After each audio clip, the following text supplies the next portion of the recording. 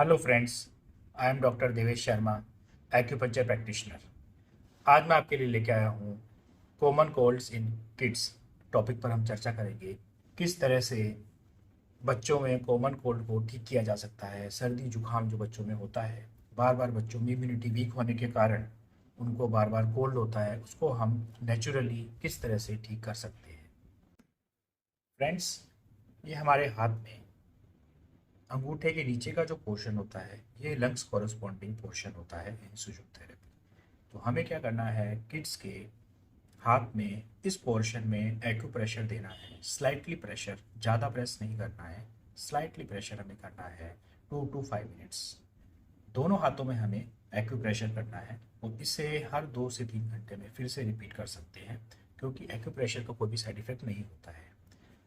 एक ये सबसे आपको ध्यान रखना है कि फ्रीक्वेंसी जो है किड्स में एक्यूप्रेशर की, वो हर से 2 से 3 घंटे में आप करेंगे तो आप खुद देखेंगे कि उनके जो बार बार कॉमन कोल्ड हो रहा है और उनका जो जुकाम होना, फीवर आना, बार बार अकरेंस है, वो कम हो जाएगा।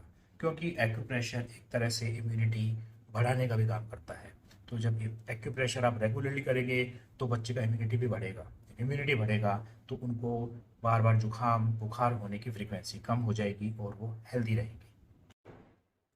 फ्रेंड्स, अगर एक्यूप्रेशर करने के बाद में भी आपको लगता है कि बच्चे की इम्यूनिटी में फ़र्क नहीं पड़ रहा है, उसके कॉमन कोल्ड में फ़र्क नहीं पड़ रहा है, बार बार जो है कॉमन कोल्ड की फ्रीक्वेंसी बच्चे में है, बार बार उसे सर्दी जुकाम होता है, तो आप मुझसे कांटेक्ट कर सकते हैं। मेरा नंबर डिस्क्रिप्शन में दिया गया है। और फ्रेंड्स, अगर आप मेरे चैनल पे नए हैं तो मेरे चैनल को सब्सक्राइब कीजिए, बेल आइकन के बटन को दबाइए।